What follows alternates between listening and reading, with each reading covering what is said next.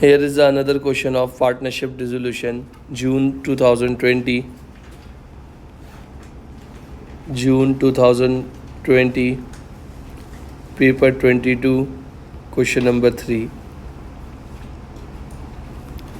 ये आपके पास एक डिसोल्यूशन का सवाल है. हमने एडमिशन्स के कर लिए, हमने चेंजेस के कर लिए, हमने पार्टनरशिप फॉर्मेशन कर लिया. अब ये देखिएगा इस क्वेश्चन में एग्जामिनर कहना क्या चाह रहा है. अगर मैं तुम लोगों से एक छोटी सी बात कह रहा हूँ, यहाँ पर Zoo and Zoe haven't been partnership for number of years. They decided to dissolve their partnership. वो क्या चाहते हैं? अपनी पार्टनरशिप डिज़ोल्व करना चाहते हैं. सही है. State 3 reasons Y.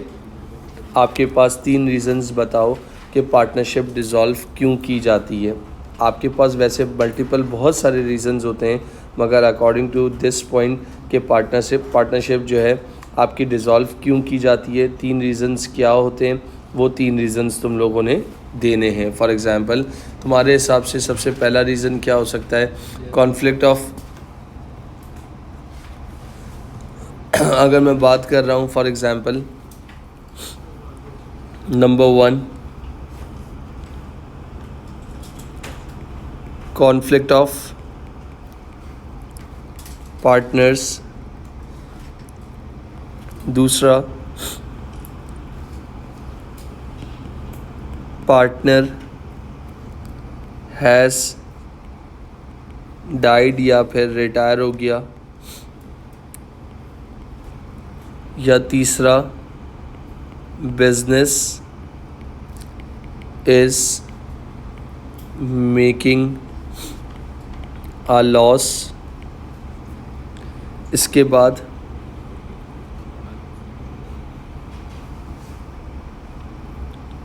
The objective of partnership has not achieved.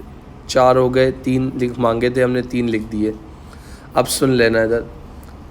The partners did not have a formal agreement on sharing profit and losses बेटा. At the date of dissolution partnership statement of financial position is this. Partnership के total assets ये रहे बेटा 49,980 और partnership की total capital and liabilities ये रही. At the time of dissolution आपको क्या बनाना होता है? Realisation account. आप जब रिटायर हो रहा होता है पार्टनर, तो आप क्या बनाते हो? रीवैल्यूएशन बनाते हो. अब यहाँ पर क्या हो रहा है? पार्टनर जा रहा है, बिज़नेस ख़त्म हो रहा है, तो आप क्या कर रहे हो? रियलाइज़ कर रहे हो, यानी आप अपने एसेट्स को, लाइबिलिटीज़ को पे ऑफ कर रहे हो. सही है. तो रियलाइजेशन का वही फॉर्मेट है जो रिवैल्यूएशन का फॉर्मेट है. मैं बना रहा हूँ, सुकून के साथ यहाँ देख लेना. अगर मैं आपसे ऑनेस्टली यहाँ बात करता हूँ, मोटर व्हीकल की बात कर रहा हूँ, इधर देखिएगा. मोटर व्हीकल की जो ओल्ड वैल्यू है वो कितनी दी हुई है? 19,400 जो SOFE में दी हुई है. अच्छा, और मोटर व्हीकल जो है आपकी रियलाइज़ नहीं हुई, वो कौन लेके जा रहा है? जू लेके जा रहा है. और वो कहाँ पर रिकॉर्ड होगी बेटा? कैपिटल अकाउंट अगर बोलेगा तो उसके अंदर रिकॉर्ड हो जाएगी. कितने से हो जाएगी? 15,100 से हो जाएगी. 15,100 से कैसे? ये जू took the motor vehicle eight N agreed value of 15,100 बेटा. अगला एसेट कौन सा दिया हुआ है बेटा? फर्नीचर एंड इक्विपमेंट बेटा. 11,900 बैलेंस शीट की वैल्यू थी बेटा. सही है. और नीचे जाओ इधर, other assets were sold. Furniture and equipment 7,300 हो गया बेटा. तो यहाँ पर क्या लिख दिया? Furniture and equipment. उसके आगे ब्रैकेट में क्या कर दिया? रियलाइज कर दिया कि भाई ये एसेट क्या हो गया है? सेल हो गया. 7,300. अगला एसेट कौन सा था भाई? इन्वेंट्री. इन्वेंट्री SOFE में कितनी दी हुई है? 7,480 की दी हुई है बेटा. और इन्वेंट्री रियलाइज़ कितने से हो रही है, यानी इन्वेंट्री को बेच के कितना पैसा आ रहा है बेटा? 6,530. एग्री. इसके बाद मेरे भाई ट्रेड रिसीवेबल्स बैलेंस शीट में कितना दिया हुआ है? 11,200 दिया हुआ है. और ट्रेड रिसीवेबल्स जो है तुम्हारा रियलाइज़ कितने से हो रहा है? यहाँ देख लेना भाई. Account of credit customer 800 had been written off. the account of remaining trade receivable settle in full 5% cash discount. तो ट्रेड रिसीवेबल की ऑफिशियल वैल्यू कितनी है? थोड़ी सी हेल्प चाहता हूँ. 11,200 माइनस 800 करो ज़रा, कितना आता है? 11,200 में से 800 निकाल दो, 10,400। आप कह रहे हो 10,400 बेटा, ये 10,400 रिमेनिंग हो गया।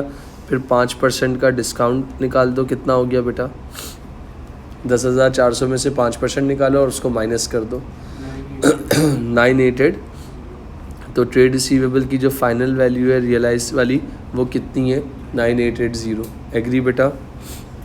फिर इसके बाद मेरे दोस्तों यहाँ पर देखना, बिज़नेस को बंद करने की जो कॉस्ट है 620 है, पेड बाय चेक। तो डिसोल्यूशन एक्सपेंस डेबिट और बैंक क्रेडिट। तो मैंने यहाँ पर क्या लिख दिया बेटा? डिसोल्यूशन लिख दिया,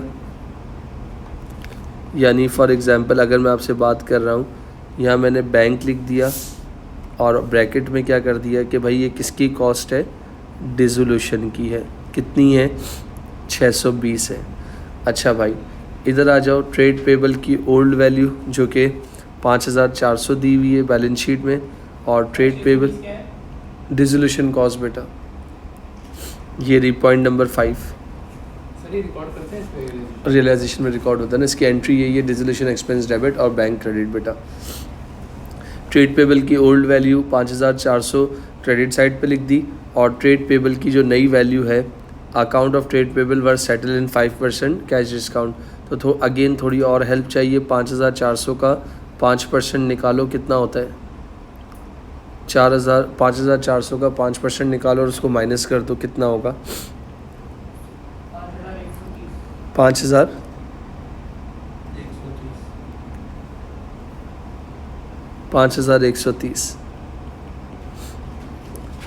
ज़रा चेक कर लो कौन सी साइड हैवी लग रही है दिखने में, कौन सी साइड हैवी लग रही है? जल्दी क्विक मेरे बच्चों। डेबिट साइड लग रही है, तो डेबिट का टोटल करो, कितना होता है?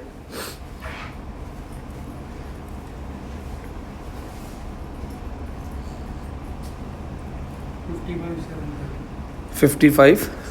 सबको डेबिट का टोटल सबका कर लिया, 55,730। उसमें से इन सबको माइनस कर दो, कितना हो जाएगा? है नहीं ना, बैंक ओवरड्राफ्ट का है। बैंक ओवरड्राफ्ट वो तो जाहिर सी बात है खुद एक रियलाइज चीज़ है ना बेटा। 11। तो इसका मतलब अगर डिफरेंस क्रेडिट साइड पे आ रहा है तो वो क्या होगा? लॉस ऑन रियलाइजेशन, जो कि कितना आया? 11। कितने लोग थे? एक जू था और एक कौन था? जो था। 11,520 मल्टीप्लाई बाय रेशो कितना था बेटा इनका पुराना? Profit and losses. The partnership did not have a formal agreement. ये this line is very important बेटा। जब पार्टनरशिप एग्रीमेंट नहीं होता तो रेशो कितना होता है? इक्वली होता है। तो 1/2। कितना आंसर आ रहा है? 11,520 इंटू 1/2, 5,760। 5,760 55,730 से क्या हो गया? ये बैलेंस हो गया। डन बेटा। अच्छा भाई इसके बाद 7 मार्क ये हो गए, 3 मार्क 10 मार्क, और ये 5 मार्क का क्या मांगा है? Just like an bank account मांगा है। फॉर एग्जांपल अब इधर देख लेना, calculate the amount due to or from you as a result of dissolution. मैं नहीं समझा, कोई बता सकता है इस पार्ट को? Calculate amount due to or from जू, यानी कितनी अमाउंट ड्यू है जू के, यानी अमाउंट ड्यू टू का मतलब कितना हो गया? या जू को पैसे देने होंगे बिज़नेस को, या जू से पैसे लेने होंगे, यही है ना। यानी एक तरह से अब फॉर एग्जांपल उसके लिए क्या बनाना पड़ेगा? यहाँ देखना भाई सब लोग, जितने हो गौर से सुन रहे हो, इधर देख लेना। मैंने कहा सबसे पहले मैं क्या बना लेता हूँ? स्टेटमेंट बना लेता हूँ। किसकी? कैपिटल अकाउंट बैलेंस किसका? जू का बेटा, जो कि क्वेश्चन में गिवन होगा। कितना गिवन है जू का? 18,000। अच्छा गुडविल नहीं है ना, रेस करनी है ना एलिमिनेट करनी है, इग्नोर कर दो। फिर इसके बाद फॉरेन बिजनेस ख़त्म हो रहा है तो current account transfer. Current account transfer का मतलब या क्रेडिट होगा तो पॉजिटिव, डेबिट होगा तो नेगेटिव। जू का करंट अकाउंट कितना है 2480 नेगेटिव बेटा। अच्छा, इसके बाद जू ने पर्सनल बिहाफ पे बिज़नेस को क्या दिया था, लोन दिया था, कितना था 4300। अच्छा बेटा, जू अपने साथ एक मोटर व्हीकल लेके जा रहा है जिसकी वर्थ कितनी है 5100, तो माइनस कर दिया। जू को लॉस ऑन रियलाइजेशन हुआ है, अगर गेन होता तो उसके टोटल में क्या करते, ऐड करते, बट अब लॉस है तो माइनस कर दिया 5760। एग्री। तो भाई आप सब कैलकुलेटर उठाओ, अगेन मुझे आपकी हेल्प चाहिए। यानी देखा जाए जू का 18,000 कैपिटल था, 4,300 उसने बिज़नेस को पर्सनल लोन दिया था, और बाकी सारा माइनस कर दो तो आपके पास कितना आ रहा है, 1,40,000 माइनस में अमाउंट ड्यू फ्रॉम जू। यानी अमाउंट क्या करनी है, पार्टनरशिप बिजनेस को क्या करनी है, जू से अमाउंट लेनी है। जब वो ले लेंगे तो बिज़नेस क्या हो जाएगा, डिज़ोल्व हो जाएगा। क्लियर बेटा, this is the question of dissolution. कोई मसला? और एक और चीज़ बता दूं, ये देखना, इसका जो ईयर है जून 2020, पेपर आप तो A2 के स्टूडेंट हो, तो भाई ये 2023 से ये किस में शिफ्ट हो गया था, A2 के अंदर शिफ्ट हो गया था पार्टनरशिप चेंजेस। इससे पहले वो AS का पार्ट था। जब मैं आपको AS पढ़ा रहा था तब मैंने ये बात कही थी कि आपका सिर्फ बेसिक पार्टनरशिप है, चेंजेस सारा उधर चला गया है। थैंक यू बेटा।